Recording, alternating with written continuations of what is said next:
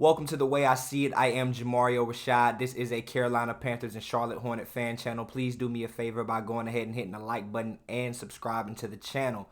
Now, fired former head coach of my Carolina Panthers, Matt Rhule, seems to be on some type of media or press run trying to get his name back out there in the coaching circles, whether it be in the NFL carousels or the in the college ranks. And just yesterday, as well as today, he made appearances on Good Morning Football, where he discussed his time with the Carolina Panthers.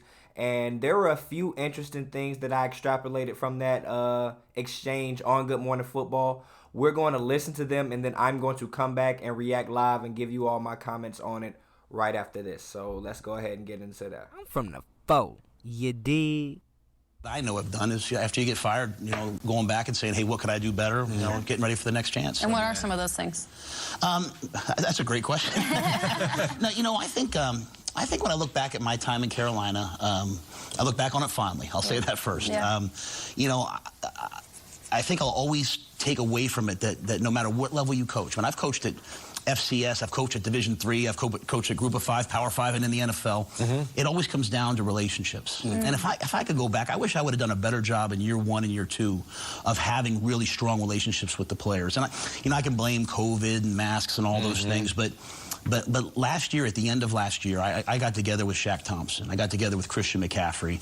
And you know what? I went back to just being, Coach Matt. The guy that was coaching at Temple, the guy that was running around in T-shirt and shorts and having fun with it. And it didn't end the way I wanted it to.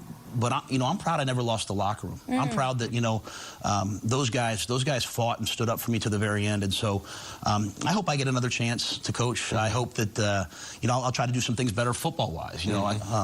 But at the end of the day, relationships and players knowing, man, that you'll do whatever you can for them. That's the most important thing. That's who I've always been. It was great. So that was Matt Rhule's comments, and the first thing that actually stood out to me was that they threw him a softball question to begin his entire speech there, asking him what he could have done differently in his opportunity as a head coach. And also near the end of his commentary there, he actually accidentally brought it back up himself and just swerved it again, rather than giving actual answers about the lack of execution, what he was unable to bring, the lack of inspiration within the team that he was able to instill. He rather chose to intellectualize the entire thing, say, oh, it's more about the relationships, and I don't want to blame COVID, which is already throwing an excuse in there at the same time as saying that you don't want to have one, and say, like, the excuse of coming in, being a first-year head coach, being signed to a 7-year deal, and you don't take the time in year 1 to come out and talk to who is established already for years as your star players. One being McCaffrey on the offensive side of the ball, and Shaq Thompson being a part of the unit going all the way back into our previous Super Bowl days. The fact that you would come in and be so high on yourself that you thought that those guys should come and speak to you simply because you're the coach shows a lack of, or just a character flaw in my eyes. And for example, lately a lot of people have been talking about how Russell Wilson has been exposed as being very inauthentic in the way that he carries himself, whether it be in the locker room or what he chooses to show the media.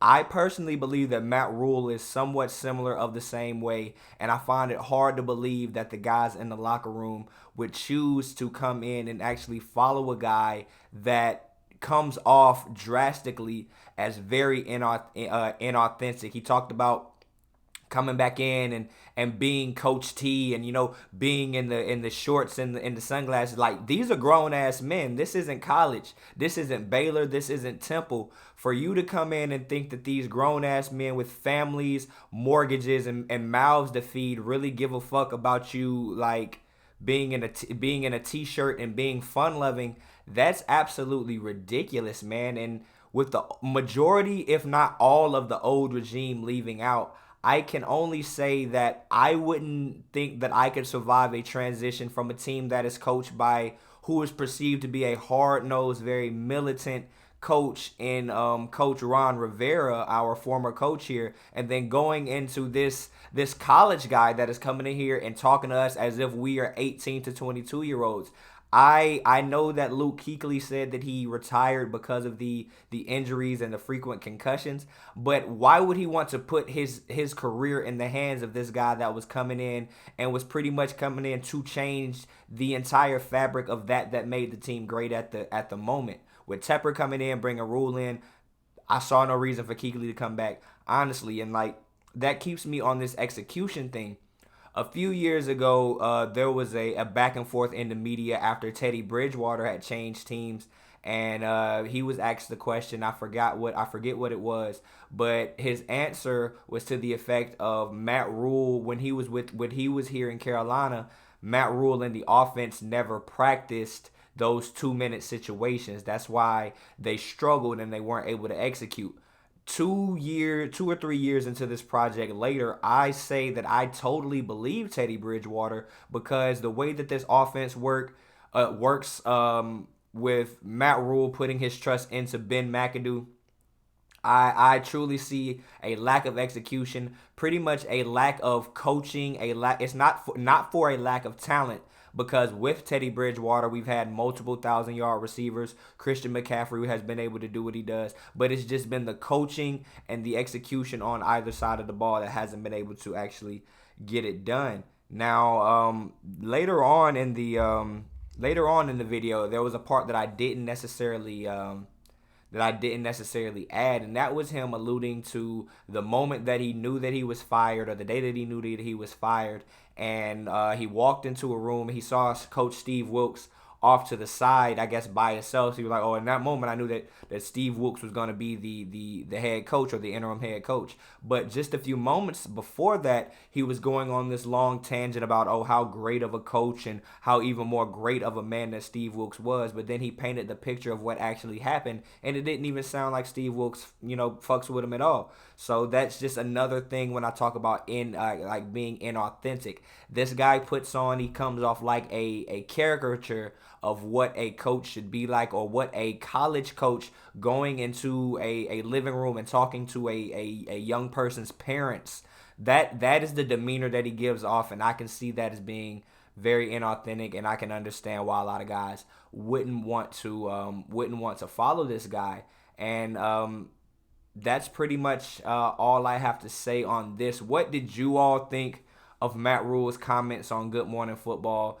Do you think that he answered any of the questions that were asked?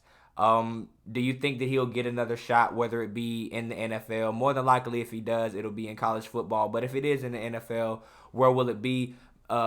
Make sure you like the video, subscribe, all that good stuff. And I'm Jamario Rashad. This is the way I see it. And I'll catch y'all next time. Peace.